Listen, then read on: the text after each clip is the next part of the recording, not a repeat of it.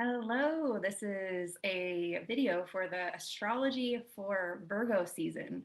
Virgo season runs from 8/23 till September 22nd. And first, I'm going to go through each of the dates, starting with the end of Leo season and kind of a recap of Leo season. Then I'll go through each of the dates of Virgo season where the major transits are happening. And then I will go through all of the 12 signs and kind of highlight three major areas of each rising sign's world that are going to be amplified during this Virgo season. So let's get started. Wow, Leo season was intense. The Lionsgate energy dropped a lot of people to their knees. I heard about people's relationships breaking up or like really creating a lot of strain to grow. There was a lot of like, wow, if this is going to continue, we need to grow because the status quo will not work for me anymore. There were a lot of people experiencing health issues. And again, that was the energy of, wow, if I don't start taking care of my body differently, I am not going to feel okay. So it felt like the Lionsgate energy and the Leo season energy brought us all to some sort of like personal ultimatum. We all got to experience like, wow, I need to step up. I need to choose and claim something higher for my life. I need to really embody my own values. I need to start acting in accordance with what those values are. And so there was a lot, you can watch my Leo energy video, my August a month ahead video to kind of go over some of those dates. I gave very specific dates for those transits and kind of milestones within the journey. But as we start Virgo season, we started out pretty powerfully. Just before Virgo season starts, we have the planet Uranus stationing to move retrograde in Taurus. Uranus has been here for a while and will be for some time. There are a lot of squares this year to Uranus. And so the primary impulse that Uranus is asking us all to do is to acknowledge our value, acknowledge our needs as an individual on this planet, and acknowledge how we can bring our needs into a sustainable life for ourselves in a tangible way. So this whole year of 2021 is the year of the bull. This whole year is asking us all to take a look at the soil of our lives, of the tangible reality of our lives, and make sure that we are setting our lives up to sustain our deepest fundamental values and needs. So with Uranus beginning to move retrograde now, we are going to have a chance to reevaluate everything that we have put into place since January. It's been direct since January 16th. So everything that you've done since January 16th, Uranus is now going to kind of ask you, was this sustainable? Did you start practicing something in January or February? Did you start disentangling yourself from certain things that were not sustaining your needs? Were there certain relationship patterns that you stopped being a part of? We're going to actually now see and test those and make sure that you've actually learned something about valuing yourself in relationships. Now, I'm going to go through at the end of this video for each of the 12 signs where this Taurus energy is showing up for each rising sign. So stay tuned for that. But for now, just recognize that there is a part of your life you've been sustainably working toward and really putting your nose to the grindstone in that has to do with creating a more sustainable space for yourself and your body. And that is going to start being, in some ways, checked. Not checked in a negative way, but checked to see if you missed anything along the way. Because when Uranus moves forward again, you're going to need to like double down on all of the practices that are actually really good for you. So that actually started about Thursday of around 8:20 or so. And then we have the full moon in Aquarius on Sunday, the 22nd. So this is like the last little bit of Leo season, just like punctuating. There were two full moons in Aquarius during this Leo season, one at the beginning and one at the end, like these bookends. And again, the energy of these full moons in Aquarius were asking us to look at who we are as unique individuals. Who are we really? What is so valuable about who we are as individuals?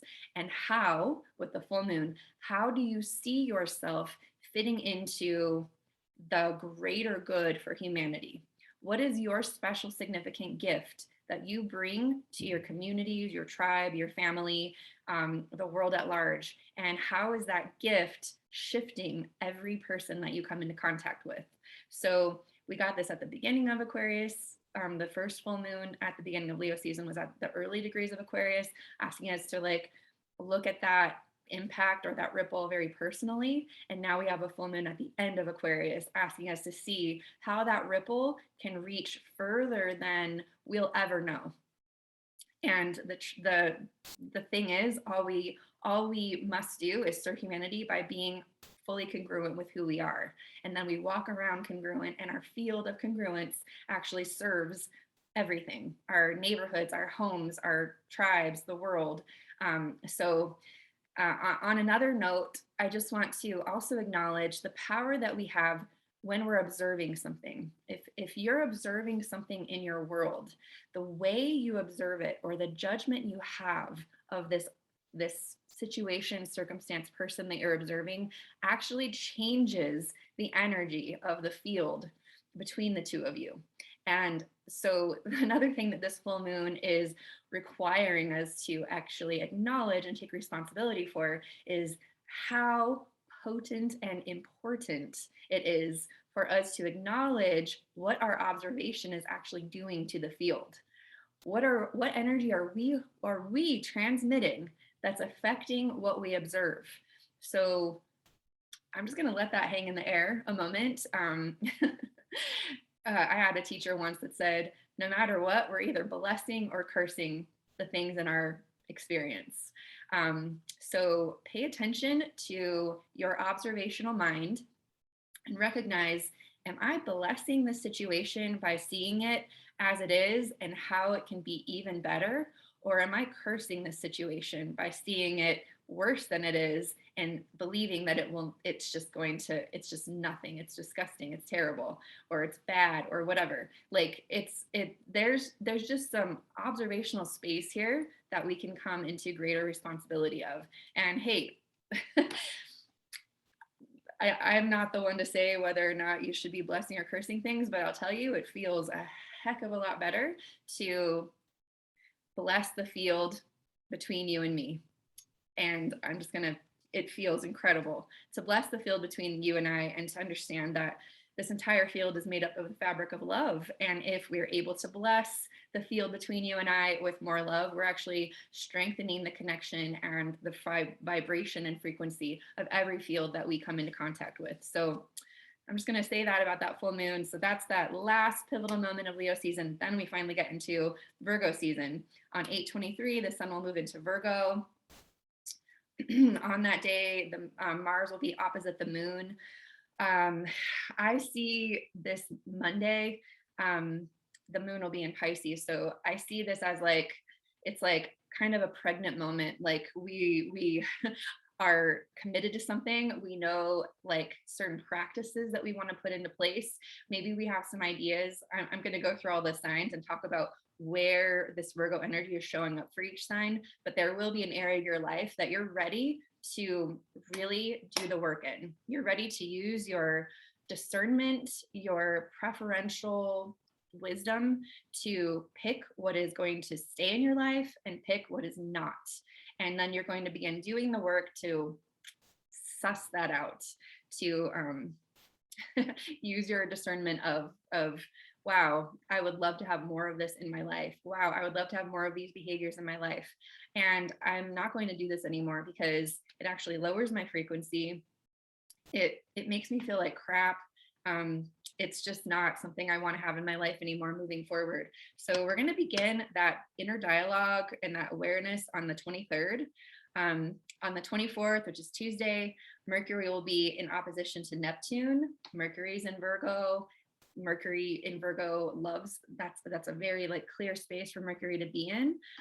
When Mercury is in opposition to Neptune, there's an opportunity sort of for your radio transmitter to receive direct revelation from Neptune in Pisces. So it's sort of like Neptune's way out there in space and way out there in the sector of the sky that has to do with the collective unconscious, the collective shadow, the collective mind, the all that is, the ocean that we all return to and then are born from again. So on the 24th, Tuesday, kind of create some space for yourself to kind of open up to certain messages, epiphanies that can actually be rational, that you can actually that can help you to understand certain parts of your spiritual process, certain parts of why certain things have happened in your life to get you to where you are right now.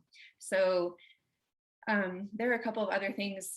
I could get really specific, but I'm not going to do that. Like for instance, well, I'm teaching an astrology class right now, so I've actually broken down every single day and where the moon is and how to use that energy properly.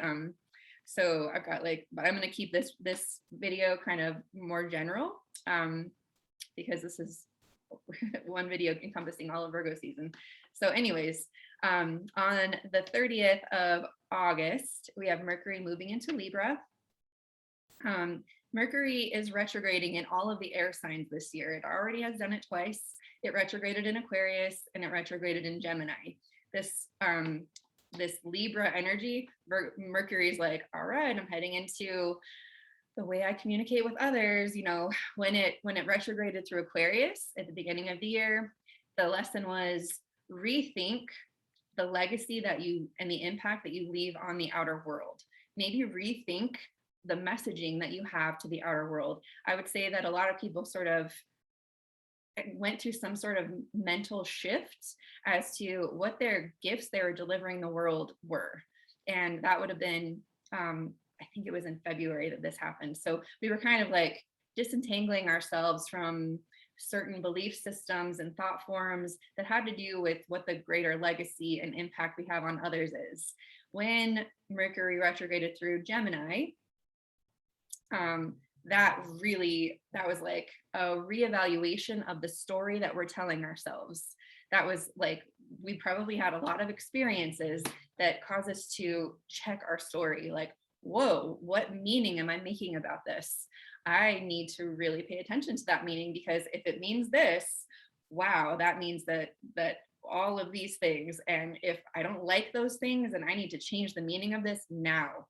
So that was the gift that Mercury gave us when it moved retrograde through Gemini. When Mercury moves retrograde through Libra, it's going to give us an opportunity to readdress the way that we communicate and think and interact in personal relationships and friendships. So it's not retrograding yet. It's not retrograding until the 27th of September. However, we can start just paying attention in this retrograde shadow period. We can start paying attention to how are we communicating an interpersonal relationship now?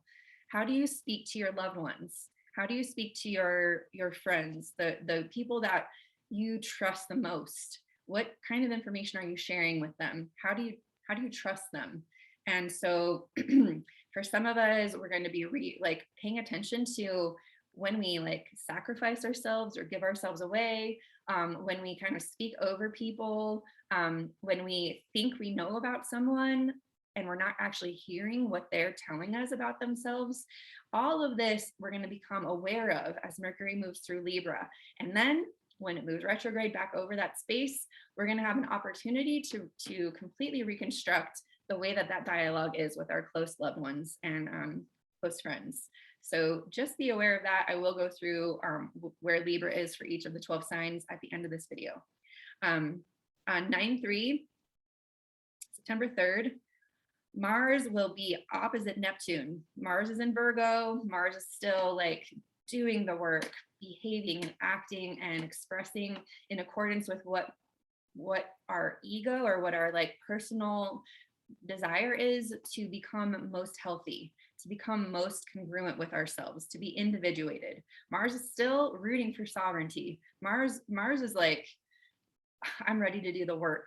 I see what I don't want in my life. And I know in order for me to get what I do want, I need to become the person every single day that automatically emanates that. So, or automatically attracts that even. So when Mars is opposite Neptune in Pisces, there's some kind of action step that we're able to take from that intuition we got when Mercury was opposite Neptune. Mercury did this on 8/24, now on 9/3. It's actionable. It's ready. We're able to put one step in front of the other toward that. At the same time that this is happening, Mercury got that message on the 24th. At this moment, when Mars is opposite Neptune, there will be a really strong healing energy between Mercury, the North Node, and Black Moon Lilith. Those three are all in trine with each other. So when Black Moon Lilith is being aspected, some kind of discomfort or shame, some sort of like shame story that we've been carrying has an opportunity to be accepted and healed. Like we're going to get this like different perspective. And when Mars is in opposition to Neptune, we'll be able to take an action. So this could even look like having a difficult conversation about new boundaries, for instance. When that happens, there will be like, wow, I'm so proud of myself for actually like not feeling selfish when I said that, and for actually seeing that when I am in my truth, it actually serves all the people around me to hear that truth. And I don't have to be ashamed of what that truth is. So just know that 9/3 is going to be a kind of a special healing day where we are going to be asked to be bold. We're going to be asked to kind of push into something that's like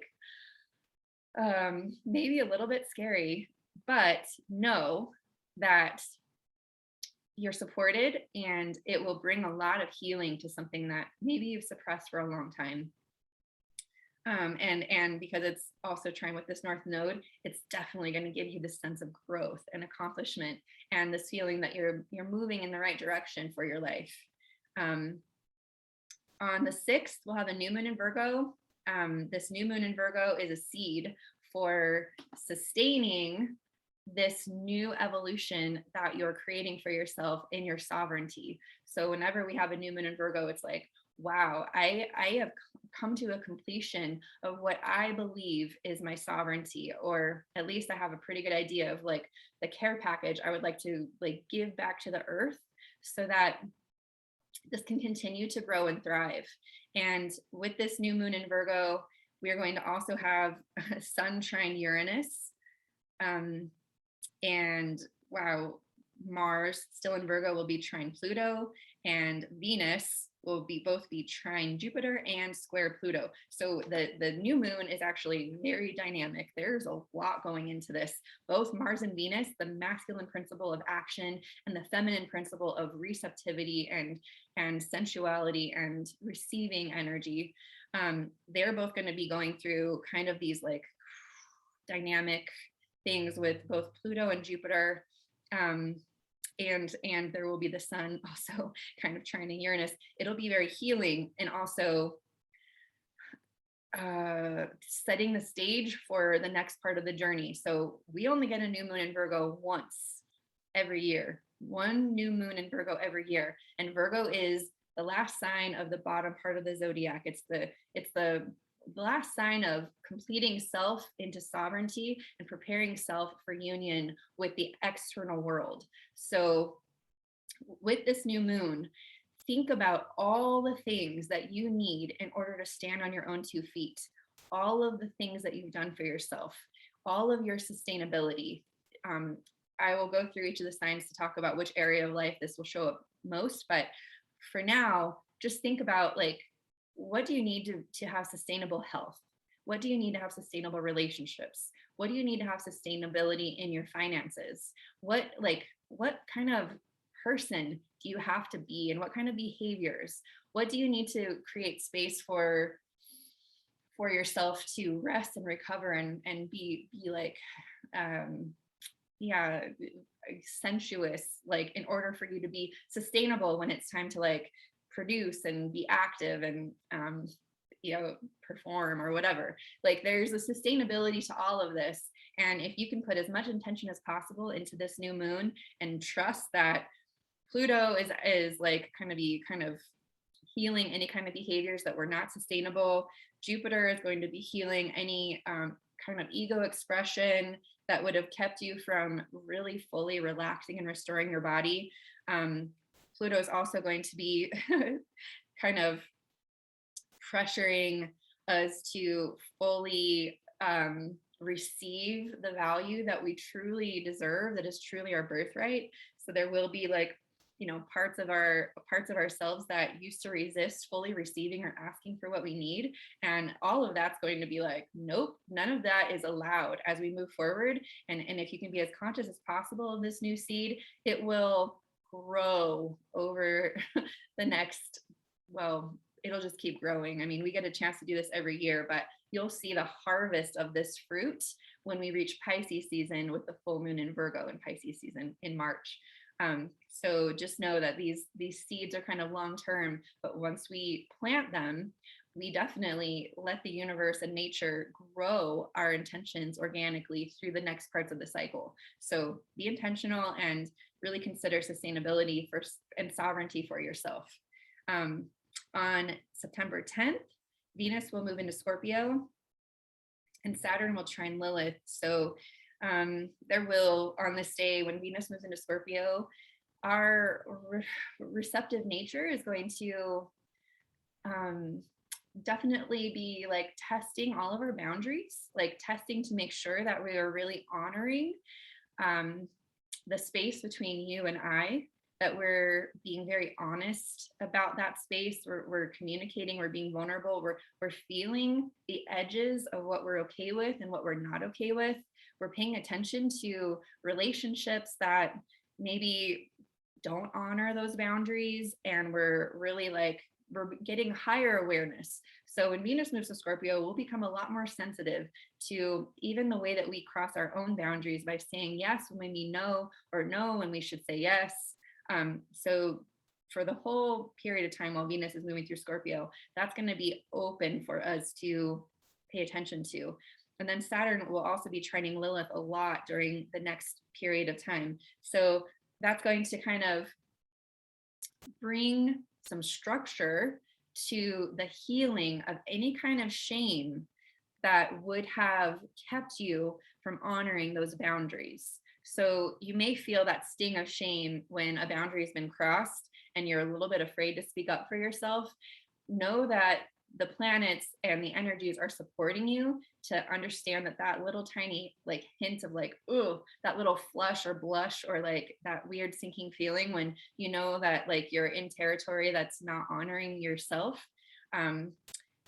That is going to be like a little blinking light, and it's going to say, this is your opportunity. What was that about? Pay attention to that, and maybe correct that with correct representation of yourself right now. You don't have to be harsh about it, but just acknowledge it, at least to yourself. And when Mars and Mercury move through Scorpio later on this year, and the Sun, that's when you'll really like get that representation. So begin paying attention to it now and at least organize it for yourself. On 9/14, Mars will move into Libra.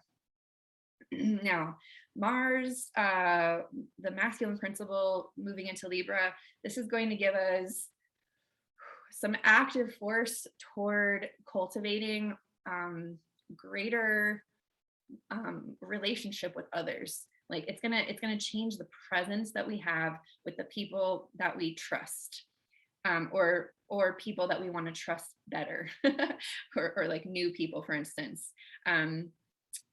For the time when Mars is in Libra, you may find that you're feeling a little more social, that you see certain relationships that are not balanced and you want to actually create more balance there. Just feel the energy of that transition. It'll be less about like doing the hard work and more about experiencing the results of all of the hard work that you put in while Mars was in Virgo. And this is you bringing your sovereign self to a relationship. Can you hold that? Can you be that? Mars is going to kind of be testing that while the sun is still moving through Virgo, so that you can continue to adjust that presence with yourself while you're actually sitting in a relationship. The full moon in Pisces is on the 20th of September. I see this full moon in Pisces as a reflection of seeds and intentions that you set forth back in March. We, while we were preparing for Aries season this year, we had a lot of different ideas about the way that we were going to be more sustainable in the world, for the legacy that we wanted to leave, for just the life that we want to experience. A lot of us were dreaming the life that we wanted to experience. And when we have this full moon in Pisces, that's going to be an opportunity to reflect on, well, what have we done in the last 6 months and how does it look now? So on this full moon, perhaps take stock of what were you thinking about in March and celebrate how far you've come. Write it down on paper, like give gratitude for where you are now. And if you're in a space where you're not pleased with the way things are, or you feel like some things slip through the cracks, know that Uranus retrograde during this period is absolutely giving you an opportunity to pick up those loose ends, like pick up the pieces. It's not too late. The sun is still in Virgo. Create that completion. Do that hard work. Like bring your like food or exercise plan. Bring your house. Bring your finances. Like go for it. We never need to be afraid to see things that we don't like. You know, we won't know if we don't let ourselves discover the discomforts or the tangible reality that our lives are, not worse than they are, but just how they actually are. We'll never really be able to take inventory and like fully acknowledge and take responsibility for the fact that we can create it differently. When we actually look at it, we can create it differently if we want to. And if we don't want to, perfect. Then own that and take responsibility that for the fact that you don't want to change it. And I'm going to stop like saying I want to change it because you know what, I have an opportunity to change it and I don't want to. I actually am comfortable with the way it is. So I'm going to stop being angsty about that and just focus on what I do enjoy or what I do feel like changing. So I see the full moon in Pisces as an opportunity to just come into awareness and greater acceptance for the all that is our lives so far. On the 22nd of September, the sun will move into Libra. Mercury will be squaring Pluto on this day as well. When the sun moves into Libra, this is when our consciousness actually takes that like sovereign self, that individuated self, and begins to say, okay, I know who I am. I know how to stand on my own 2 feet. I know how to take care of this person and what this person is uniquely about. Now I'm so interested to find out what you're about. And I get to actually use the power of all of the tools I've accumulated as a human to get to know who you are. And I don't have to project my shadows onto you. I don't have to protect myself or my identity from you speaking over my life because I know who I am. And now I want to know who you are because that's the joy of being in a relationship. Who are you? What are you about? During this time, while the sun moves through Libra, we get to know like who are we going to trust and who are we not going to trust? What kinds of behaviors do we find, help to harmonize our lives, and what kind of behaviors do we find don't harmonize our lives? Hopefully, like the people in our world are complementary. There's not too much of an imbalance of give and take. There are people, I don't know, it's a time for us to like feel out like, wow, what is right relationship for me? If I feel that things are not in right relationship, why is that? What can we talk about that will create more right relationship here? So that's conversation is opening around the 22nd of September. And on the 23rd, with Mercury square Pluto, it'll also that's going to open up this dynamic of having those conversations that I just discussed. Maybe like stepping up into like, wow, this doesn't feel harmonious to me at all. And moving forward, either these things need to change, or, I'm going to gravitate and spend more time with things that feel more harmonious to my life. On the 23rd, Venus will be in opposition to Uranus. So Venus is over there in Scorpio. She's kind of like testing the boundaries. When she's in opposition to Uranus, Uranus is still retrograde. Venus is going to say, whoa, this could be a moment on the 23rd where we're like, whoa, this really rattles my boundaries a little bit. Like, wow, that really like pets my fur the wrong way. I'm not really thrilled about that. Like, I probably need to look at that. That actually feels not sustainable for my life. I don't feel like this pattern is honoring my boundaries, and it will be an awareness moment. So, the awareness is important. I would mark it on your calendar. Like, what am I aware of today that I could bring into greater relationship with my sustainable self and my clear and honest boundaries? On the 27th, Mercury will retrograde in Libra at 25 degrees. It will be retrograde until October 18th. And when Mercury retrogrades and kind of restructures those conversations, interesting how Mercury begins retrograding right after this like Venus opposition to Uranus, right? Like we get this sort of like, whoa, well, that was very interesting. I didn't like that, or I didn't find that to be in very right relationship with me. The opposite could be true. You could be like, whoa, I'm so happy that I expressed my boundaries in advance. I'm so happy that I had so many hard conversations during Virgo season, because I feel like that was a total sustainable right relationship for me. That could also happen. So if that happens, congratulations. And if it didn't, don't worry about it. You still got time. Just pay attention and make the adjustment. But when Mercury begins retrograding, Mars will be trine Saturn and Lilith. So Saturn, Lilith, Mars, these are all going to be like in this little trine, which is going to like create some healing. And so the healing, the Mercury retrograde begins with this, like, my intention is to act in accordance with understanding that there are consequences to my choices and decisions, and I don't have to be ashamed of any of my consequences, because they're a result of what I've chosen up to this point. But from this point forward, I am going to be choosing things that at least are in my integrity.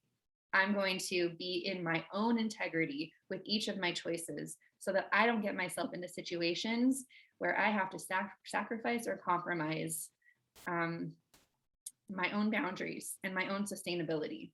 So be aware that that's the start of the Mercury retrograde, and you'll have 3 full weeks to kind of really crush that. And I will do another video for Libra season, so be looking out for that, probably around the 22nd or so of September. But I have one more little tidbit for September, even though this is technically Libra season. On the 30th of September, Mars will be opposite Chiron, and the sun will follow Mars in a couple of days. So when Mars is opposite Chiron, just know what we kicked off with that Mercury retrograde, all this awareness, excuse me, is going to give us an opportunity to heal some sort of behavior that we've had, probably a behavior we've had in relationships. So as Mars is opposite Chiron, Chiron's in Aries, Mars is in Libra, the wound has to do with part of our personal self, our personal identity, our personal expression, the like impulse of who we want to be in this lifetime. That there's a wound somehow there that is going to be agitated, triggered, healed, pressed on by Mars and Libra, which will be like perhaps masculine energy in relationship. So that could be the way you behave, and that could be the way someone else behaves. Somehow you're going to experience something that's going to sort of bring that wound of who you want to be into the equation. And when that behavior gets triggered, just a few days later, there will be even more awareness as the sun goes into the opposition with Chiron. So that's kind of a little heads up for the end of September, moving into Libra season. It's going to be a very dynamic last quarter of the year.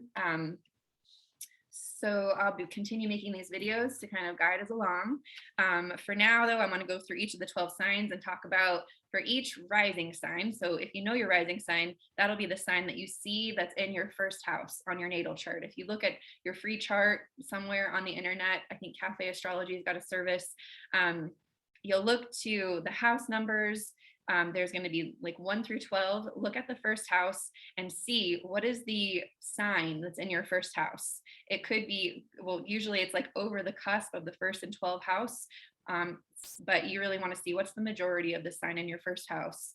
And so whatever that sign is, that's what the information for the next little bit is going to be for. So even if you have like a sun in Libra, if your rising sign is Aries, this is for you. And you can also do it for your sun sign. If you do this for your sun sign, basically every day during the month that you were born, the constellation that you were born under, that sun sign, was rising on the eastern horizon the day you were born. So basically it's like creating a sunrise chart for you, and your entire tribe is going through this as a collective. So you can listen to that too, and it will still be accurate for you. It's just that these are two different parts. There's the like soul tribe information, and then there's the more like individuated specific information for your day-to-day life.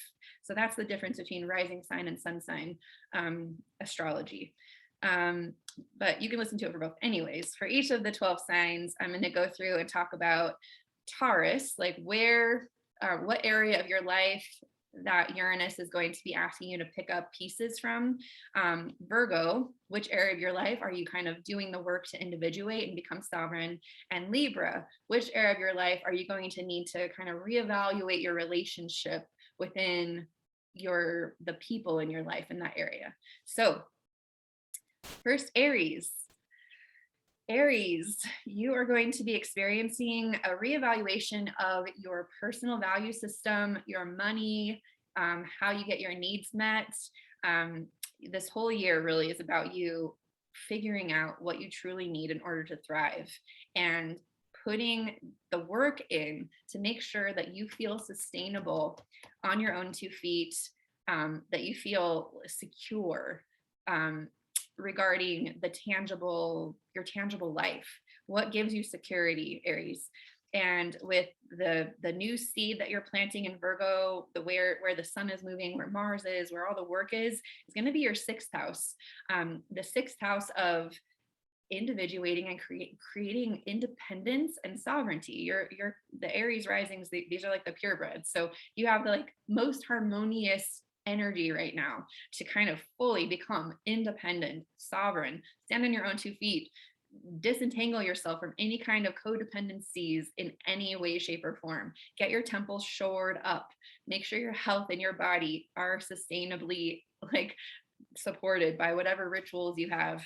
And as the energy moves into Libra, you're going to be able to take all of that really good, healthy energy into relationships. And you're going to be reevaluating things in your 7th house, the people that you're friends with, the people that you want to be in relationship with. Who do you give your trust to? Brene Brown has this great conversation about like the marble jar. Maybe look that video up and see like how many marbles in a jar does it take for you to kind of give yourself to them, or give your trust or give your energy. So be asking those kinds of questions as we transition into Libra. Taurus, the energy of Taurus is actually in your 1st house. So this entire year, you are completely reevaluating who you are as a character. Like, who do you want to show up as? Like, probably the person you were at the beginning of this year, you probably feel very, very different. You probably have totally different ideas about like your life journey, who you want to become, what's the name of the journey you're even on. So I would see like there's an opportunity here for you to pick up parts of your identity or like parts of your personality that maybe you you missed or you dropped. Maybe there were some experiences along the last 6 months that you kind of forgot these things about yourself. And now with Uranus retrograding through the sector of your chart, you're going to be able to like, oh yeah, I remember I used to be way into that. Oh yeah. Oh my gosh, like I'm so happy I haven't lost these parts of me, or I'm so happy I'm reinventing these parts of me. Virgo is in your 5th house. So a lot of the work here is you coming into right relationship with like, what is good for you? Like what feels good? What's joyful? What is your bliss? Like what gives you a sense of like creativity and expression and like what gives you the sense of joy? You know, the 5th house is like pleasure and happiness and laughter and spending time with children and making messes and just like creating your world. So put the work in to creating more of that for yourself and prioritize that for the long haul. Make sure the seed that you plant includes your pleasure and happiness in that equation. And then the reevaluation in Libra is going to happen in your 6th house. That reevaluation is going to be all about what do you need to do to become super independent, so that any kind of like anything that could take you off your course or take away your bliss doesn't have that power over you anymore. You're able to stand on your own 2 feet. You're able to make decisions that you want to make. You're able to fully, feed yourself. Like you've got this. And so you're going to have an opportunity during this Libra transition to really evaluate what you need in order to stand on your own 2 feet and be independent and thriving as a sovereign individual. So next is Gemini. Gemini, Taurus is moving through your 12th house, or Taurus is in your 12th house. So with Uranus moving retrograde, there could have been, this is the most like mysterious kind of subconscious house. There, sometimes I call this like the spiritual practices house. Sometimes I call this the reflection of other people, the things that you don't really know about yourself, but you see in other people. And even though you don't identify with that, you definitely are witnessing it. So Gemini, you may be, pulling the veils off of your own immersion and interaction with the projection of the outside world, or how your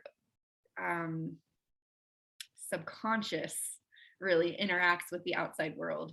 So this is a little bit of a more abstract kind of energy. You may have some fog. There may be some confusion about the like greater outcome of what this work is. I would suggest for you, Gemini, you could be, this is mostly true. This is probably your story right now. You're like, I have no idea how all of this has been accomplished, but somehow it has. I have no idea what I've done to kind of create these experiences. I don't really know exactly where I'm going, but guess what? I just keep waking up every day and here I am. And the synchronicities are still happening and I'm still aligning with the people that I'm meant to align with. And I just keep doing the work of having faith and trust and taking one step at a time. And it seems to be working out. So while Uranus retrogrades through Taurus, you may put even more faith and trust in the way that your life unfolds. So I would be looking for doubling down on the faith and trust you have with the weaver of your life. Virgo is in your 4th house. This is literally like your body, your home, your foundation, the thing that supports you in life. So there could be a lot of work that you're doing on creating more like a more healthy body. This has to do with like,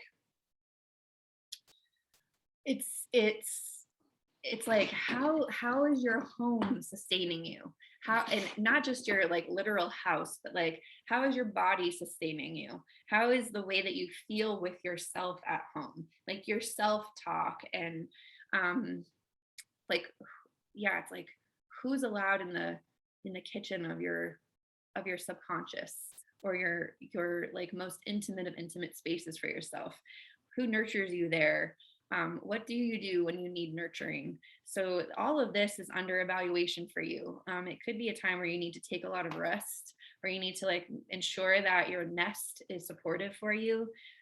It's kind of a vulnerable space. So take some time to evaluate what it is you need to really nurture your vulnerability. And then the reconstruction will happen in your fifth house.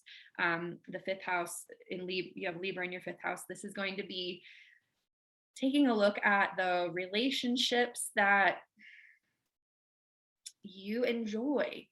I would say that there are probably persons, places, things that you are your go-to for pleasure and happiness, for excitement and fulfillment, for change.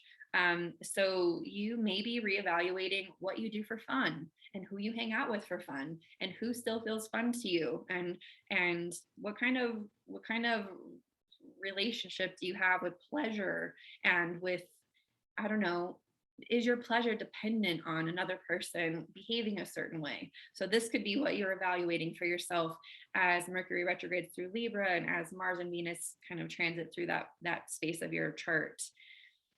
So the next sign is Cancer. Cancer, you have Taurus in your 11th house. So the energy for you this entire year, and what you're going to be like picking up pieces on, has to do with the people you affiliate with, like your tribe, your group of associations, the impact of your legacy on the people that you associate with. This could be like the outcome of the kind of work that you do, the people you serve. This could be clients. This could be like church or political affiliations. You are really getting clear on who do you want to surround yourself with, and how is your unique and special gift affecting and impacting the people that you serve. And this is how you can tell that you belong serving them. If your special, unique gifts are actually impacting people in a way that you appreciate, then you belong impacting them. That is your unique and special service to the whole. So you're really evaluating, like, is my unique and special service to the whole is it actually fulfilling people? Is it actually making the impact I want to make?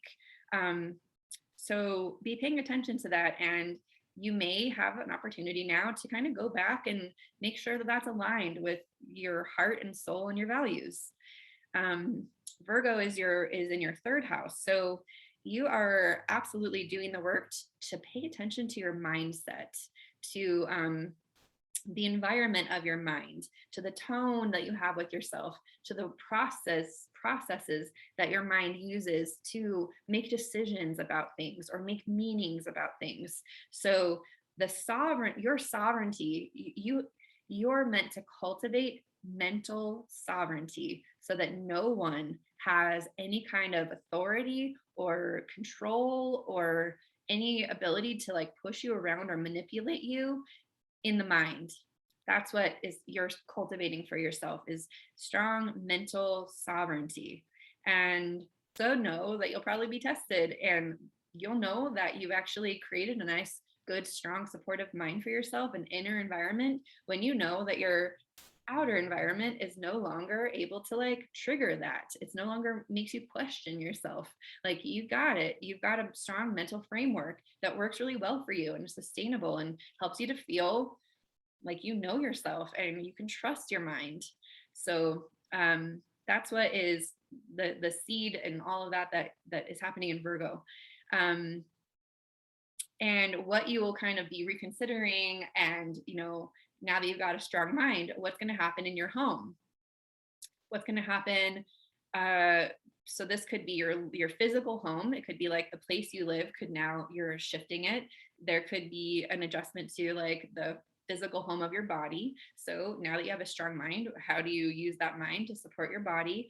But basically, you're going to be evaluating your vulnerability and how you treat yourself with your vulnerability. Like, how do you support the softness of you, or the parts of you that truly need a safe a safe foundational home to hold you when when you're feeling things, when you're feeling your feelings. Maybe there's some reframes that you do around vulnerability even.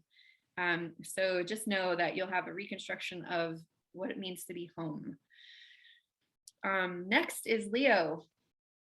Leo, you have Taurus energy in your 10th house. The 10th house, it has to do with the legacy that you leave on the planet. It's like the 10th house is opposite the fourth. So if the fourth is like, this is what I've come from, this is like the legacy of the family I've come from, then the 10th house is, and this is how I'll be remembered.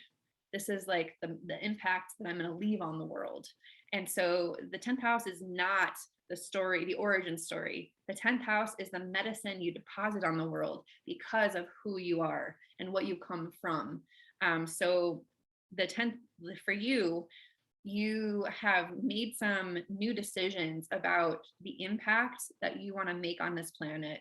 And this could be just even being like a good father or mother. Like maybe you're looking at your children as the legacy you're leaving, and like the messages and way of coming across to your children that you want them to be, that you want them to remember you by. Or maybe you literally have like a foundation, something you've built, and you want to like help people with this foundation or this truth that you share with the world. So you have made strides in this area, you've done the hard work, and now is a time for you to pick up any pieces that you may have left behind over the last 6 months or so, or 7 months. For the Virgo work that you're doing, that is falling in your second house. So what you really need to be focusing on is like, what are your values? What's your inherent value? If you're going to be reevaluating the legacy you leave on the planet, you really need to be making sure that your personal like foundation of getting your needs met is fully healthy, is like fully aligned, is fully sovereign. So for you, you could be like making sure that your finances are sovereign, making sure that you've got like, you're taken care of. You've got your, you know, your different investments, you've got your like home paid off, you've got like a business that sustains you really well. You've got even like what your body needs. So like you're really nourishing your body so that you have the energy that you need, the resources you need in order to fully show up and be the legacy that you envision yourself being. So do that work to create that sovereignty for really sustaining your values and creating security there. And what is going to be kind of restructured with Libra energy is your third house of like the environment of your mind.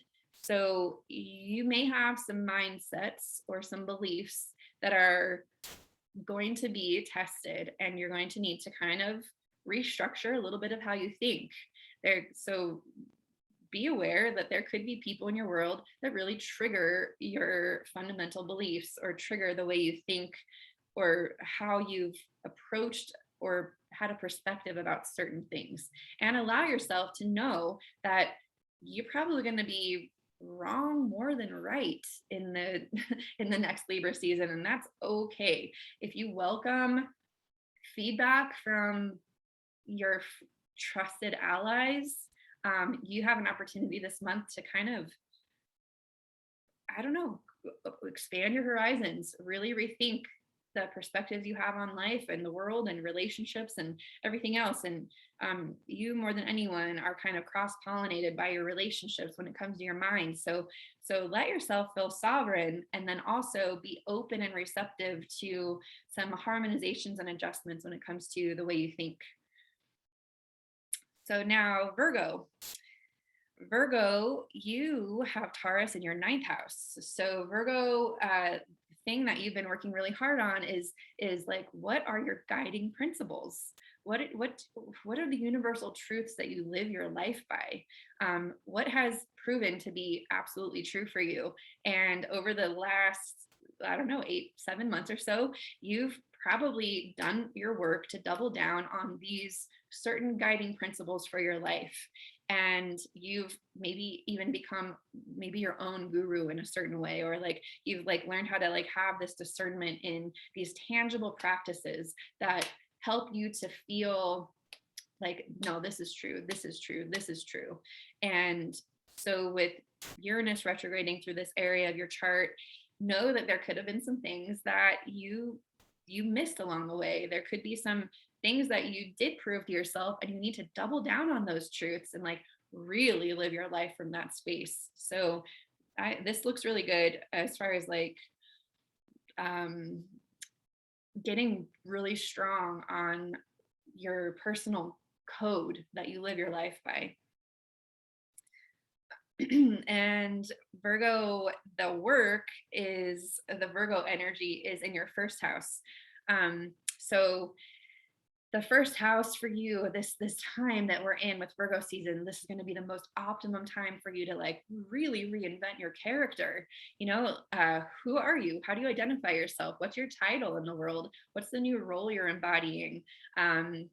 You could have this whole new feeling of like, whoa, this is awesome. Like you could be feeling more in love with yourself than maybe you have for a long time.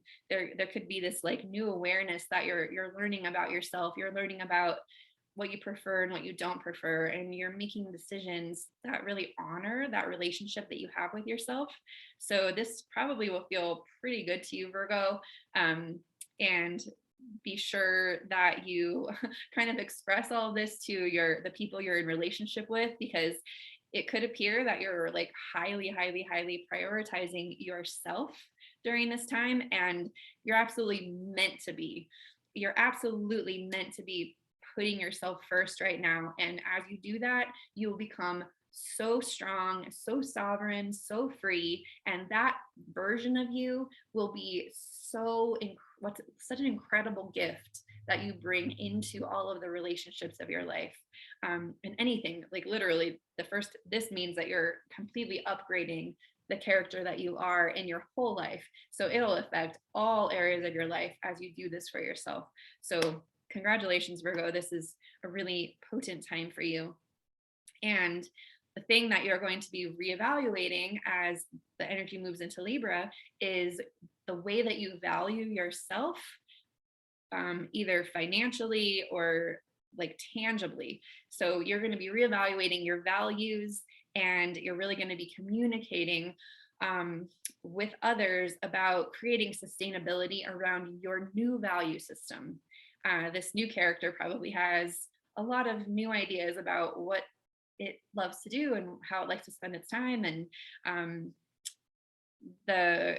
your relationships are going to need to become aware of your new value system and your new self-worth, and what you're willing to do and what you're not willing to do, to kind of create that security for yourself and ensure that you really do have your sustainable needs met. So next we have Libra. Libra, Taurus energy is in your 8th house. So this whole year, wow, you've been really having to navigate the space between the boundary between me and you, the space of intimacy, the space of power dynamics, the space of control, things that are not in your control, what you need to have faith in that you don't have proof of.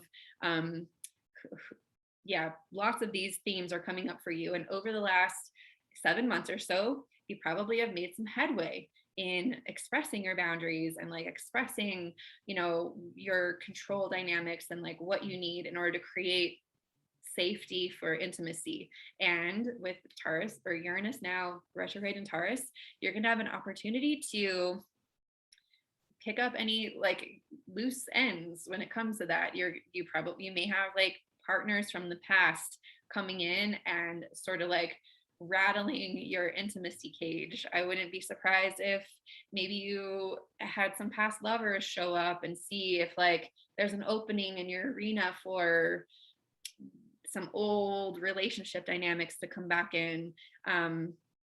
Your relationship with sensuality and sexuality might be kind of opened up and tested a little bit. So be aware that those are opportunities for you to decide what is going to be my solid need-based foundation in this area of intimacy in my life.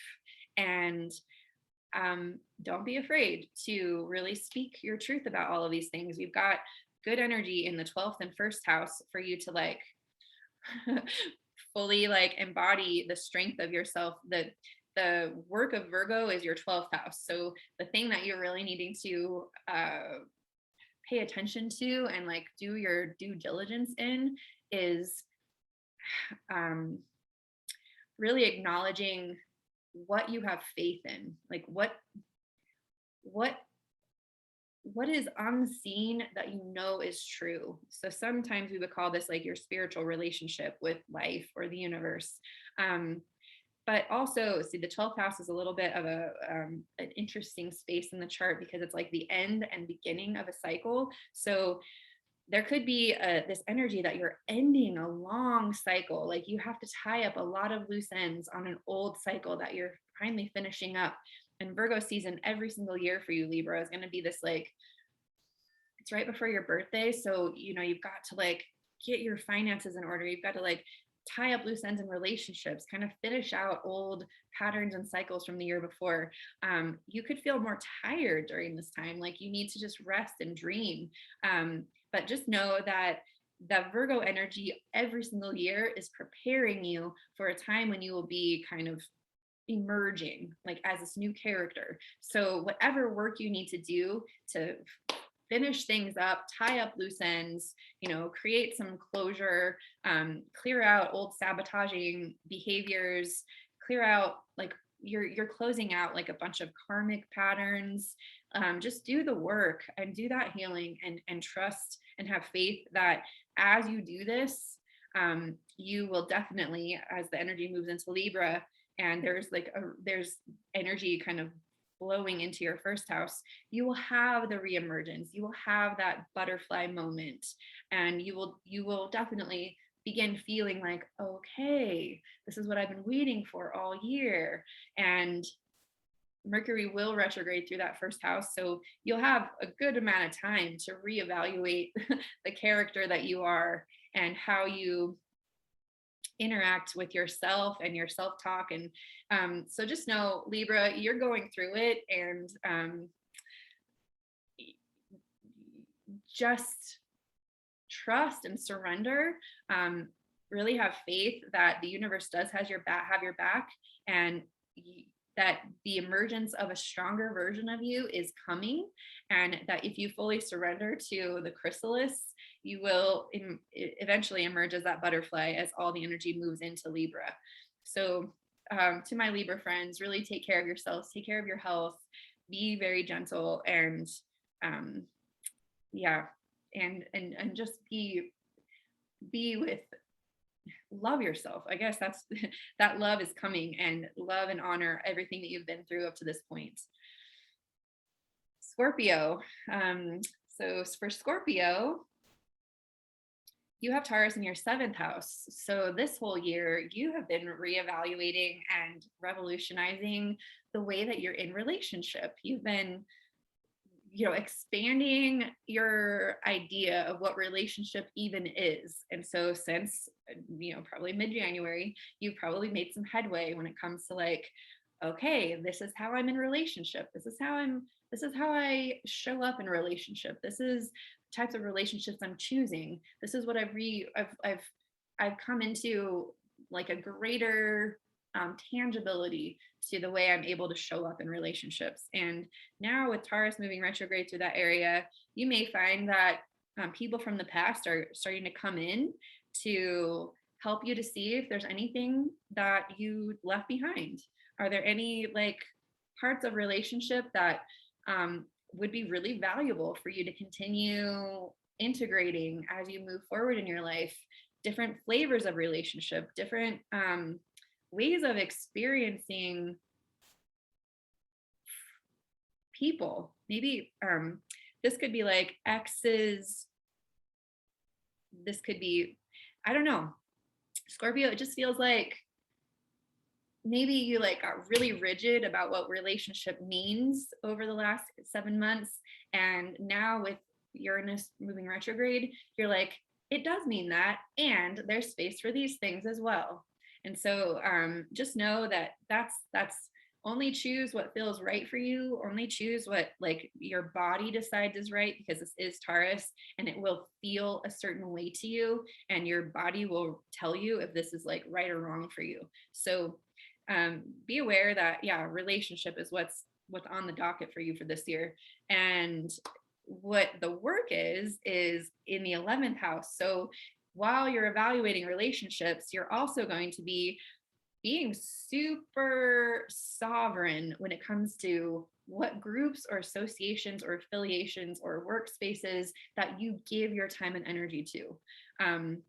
You want to be very independent and sovereign with yourself when it comes to who you affiliate with. So this could be like a working relationship. Like, I do want to align myself with this group and this type of work.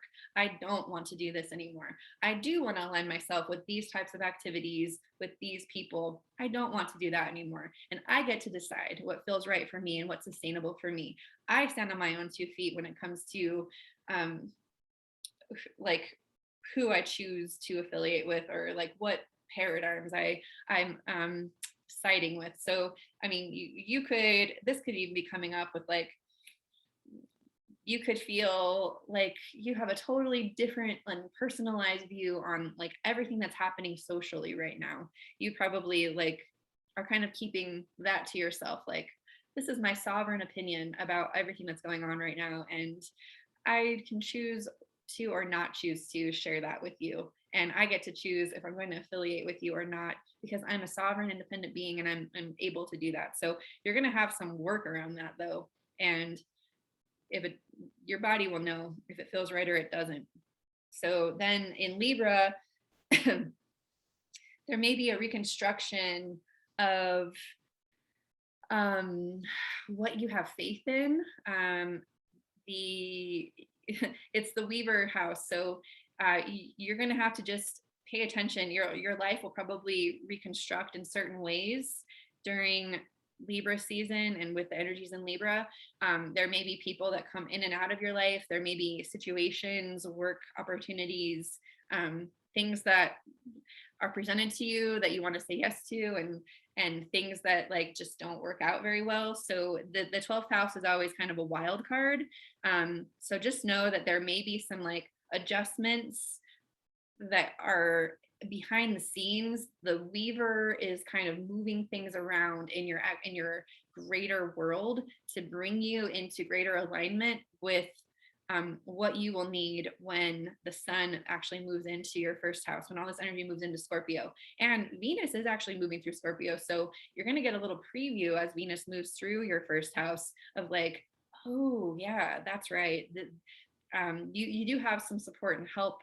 Just know that this is going to feel a little bit more like spiritual or intuitive for you than for a lot of the other signs. So give yourself some space for that, Scorpio. Sagittarius. Sagittarius, Taurus energy for you is in your 6th house. So what you have been working on this whole year has been to create tangible sustainability and sovereignty for your life. You've been trying to create security. You've been trying to create a foundation this whole year. And with Taurus moving retrograde, there could have been some vital, important things that you missed, that you need to kind of go back and create greater sustainability for. So you're going to, the 6th house encompasses anything that has to do with standing on your own 2 feet. So that could be financial, that could be with work, that could be with your home. You're meant to actually this whole year become more sovereign so that you have the greater ability to choose the direction of your life and to make decisions for yourself that feel aligned with you. So just be aware that you're going to have opportunities to create more of that for yourself in the next coming retrograde for Uranus. And then the work for you with Virgo is going to be in your 10th house of the legacy that you leave. So you're going to need to really focus on the impact that you have on others. So thinking about like, what have you learned so far, and how are you sharing what you've learned, that new truth? How are you sharing that with the people in your world, and how is that impacting others? The legacy you leave isn't just the legacy you leave is just basically how your being impacts all the people in your world. So this could be like work legacy. This could be like, wow, people really appreciate the mark you're making on their lives. Legacy is also when we talk about the children, like the impact we have on our children. So you're going to really need to be focused during this Virgo season on the impact that your life has on other people. And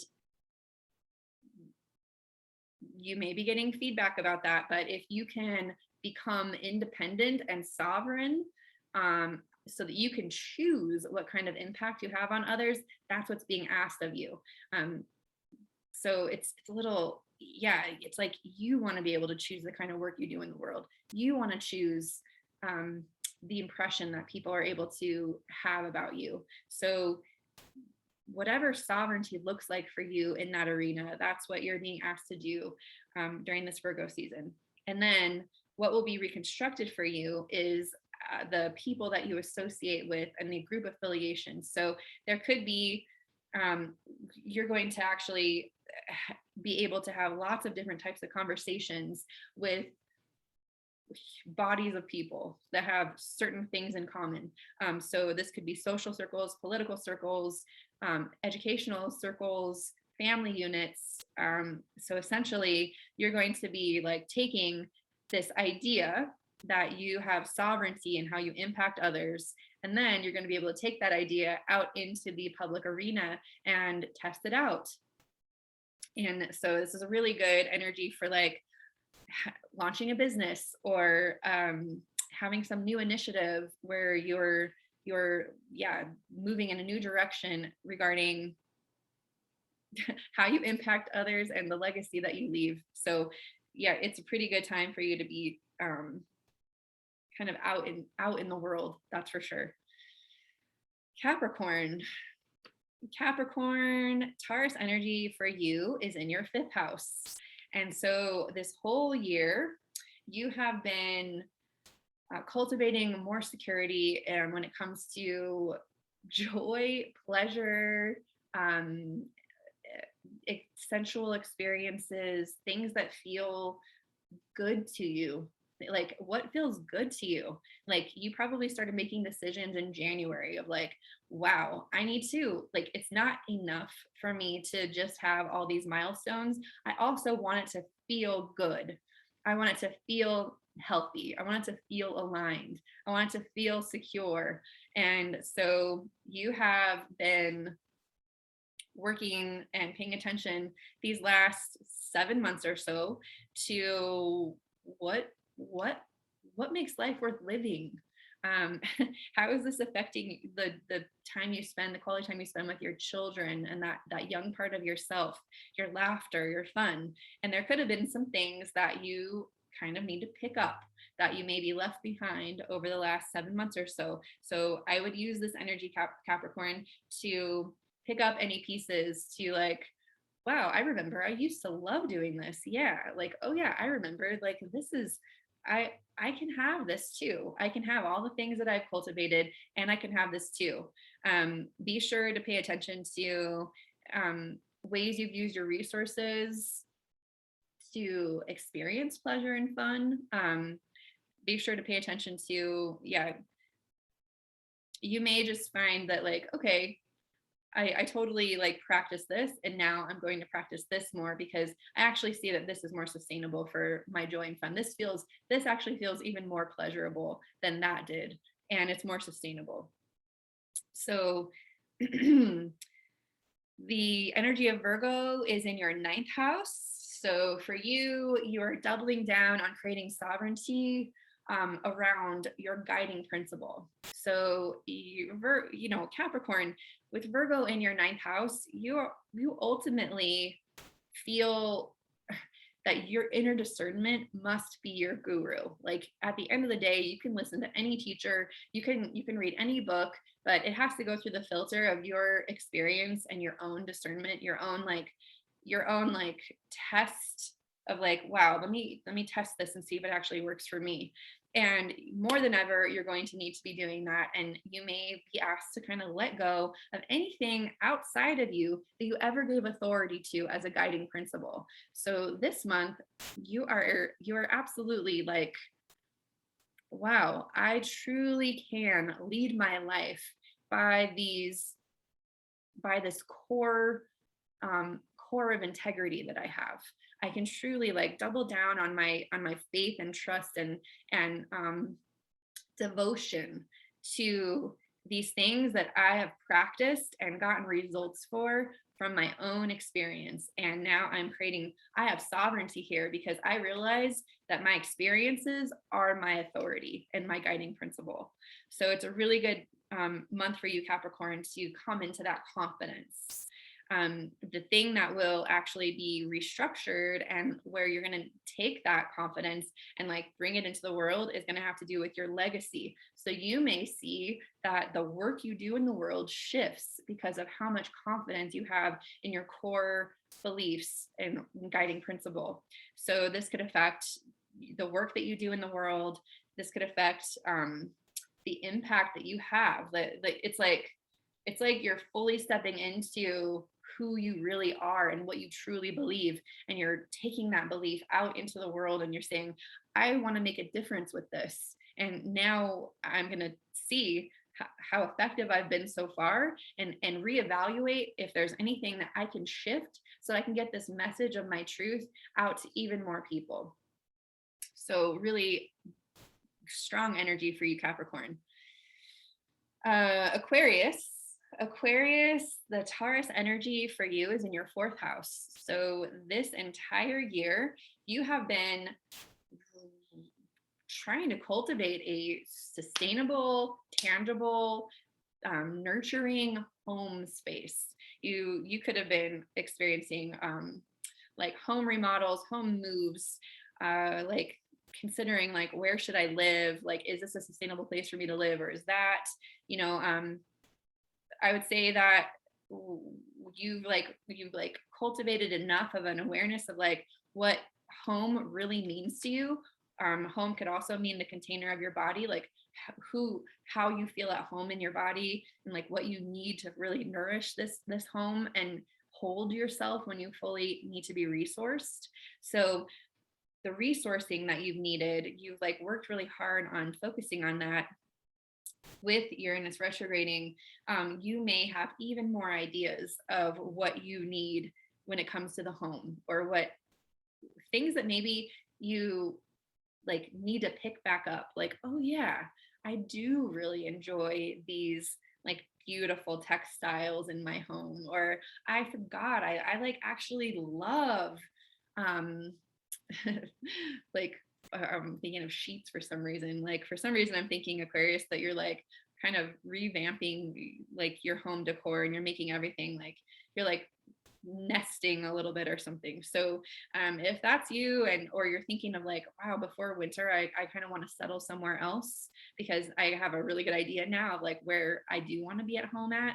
So these are kind of the themes that are up for you this year.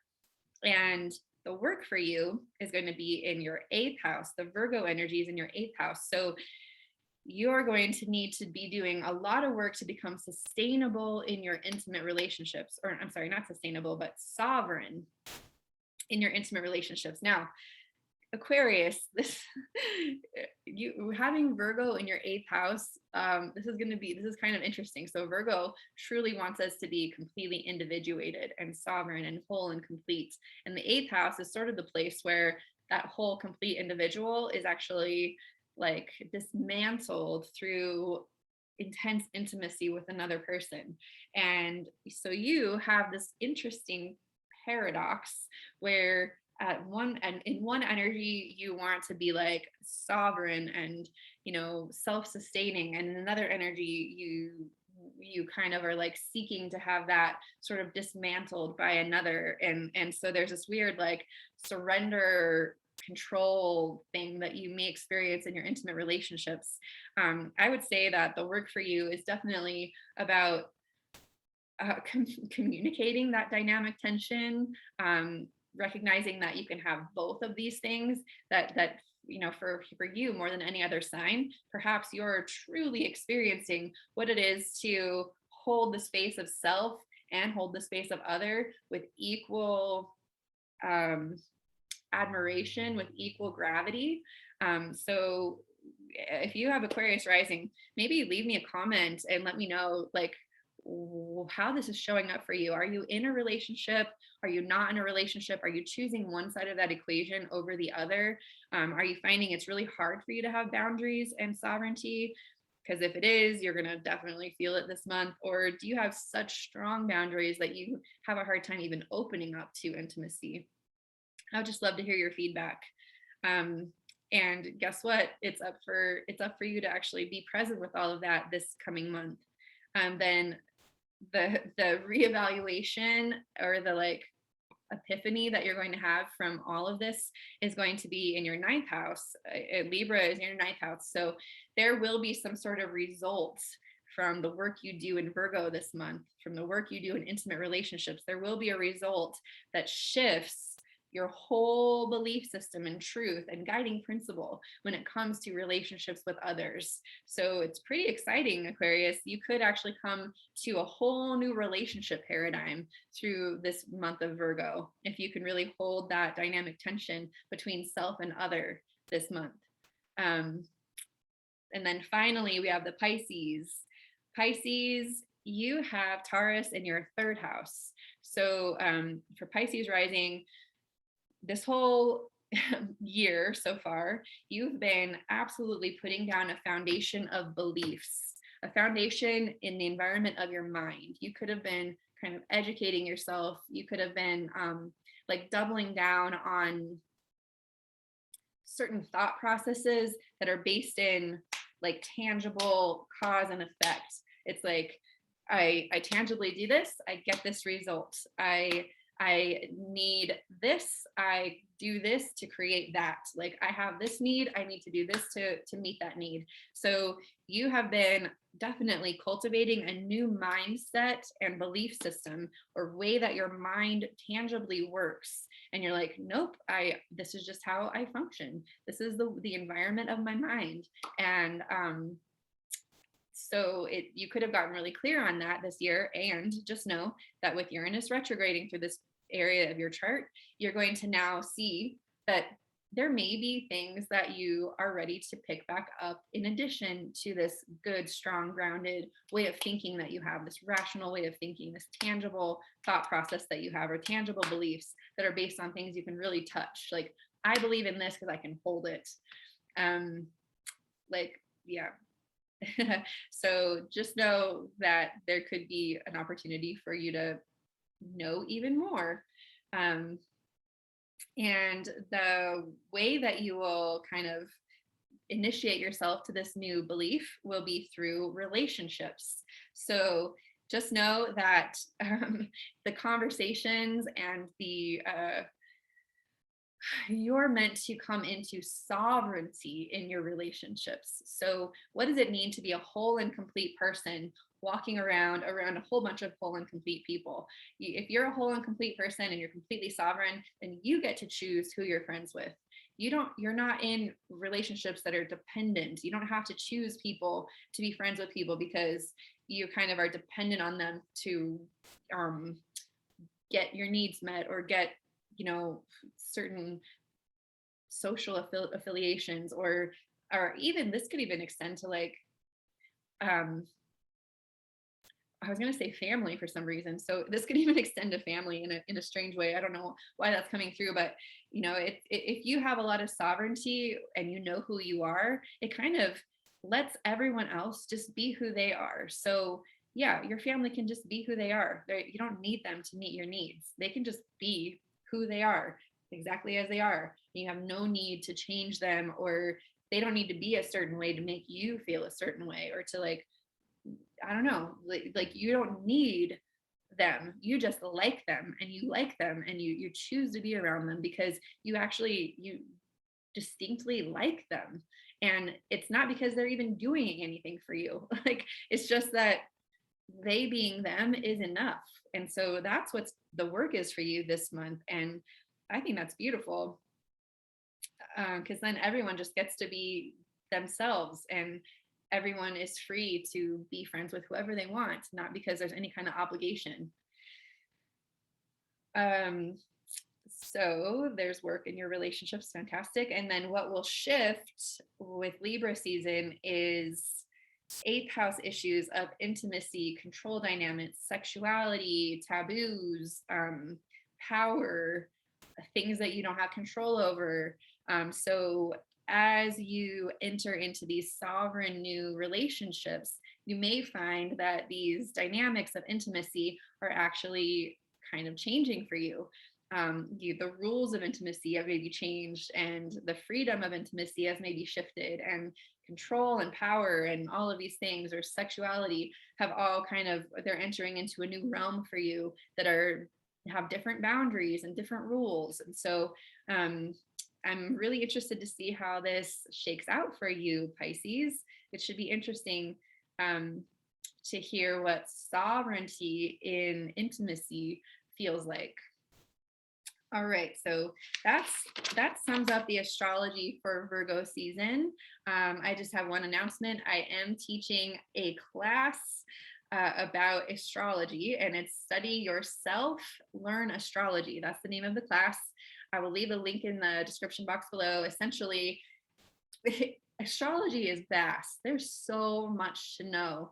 And if you try to approach this only with the mind can only hold so much, and it has a tendency to kind of abstract things and simplify things so that it can hold all this information. But guess what? There's a way of learning astrology through the experience of the body, and through actually feeling the changes and the transits. And if you give yourself a daily practice over the course of 3 months, and you have a guide that draws your attention to certain sensations every single day, with the wisdom, with the intellect, and with the spiritual connection, you can actually learn astrology in a super embodied way. And that is the way I'm teaching this class. It starts on Monday, the 23rd, but I will keep enrollment open until September 1st. So if you're watching this video and you're interested in learning astrology through an embodied practice that takes 3 full moon cycles, there will be daily astrological tune-ups.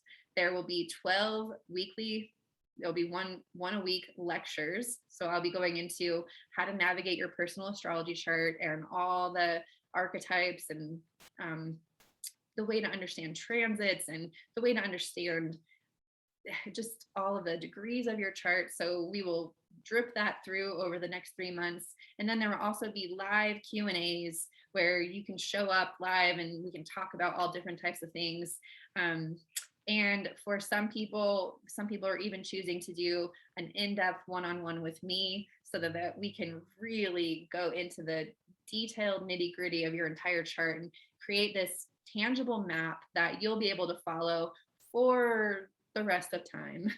My goal for the class is to give everyone the ability to navigate their own astrology and to be able to utilize it every day if they choose, to tune themselves into the natural cycles, to know when it's time to rest, when it's time to act, when it's time to like really go into that cocooning phase, when it's time to move, when it's time to initiate new relationship or initiate changes in boundaries. It's sometimes we don't really know why we feel irritated or triggered by something. We don't really know what we're being asked to do, if we're being asked to be strong or if we're being asked to surrender. And astrology does give us the map to that. And so it's just an incredible tool, and it's the greatest gift that I've cultivated in my own life, and I would love to be giving that to you as well. I'm making it super affordable. Payment plans are available. So please, if you feel inclined, send me a message, visit my website. I'll leave a link to the class in the description box. and I would love to see you there. We will make it work no matter what your needs are. So that being said, thank you so much for joining me for this video. I will make another video for Libra season, but I hope this serves you so well during Virgo season. Bye-bye.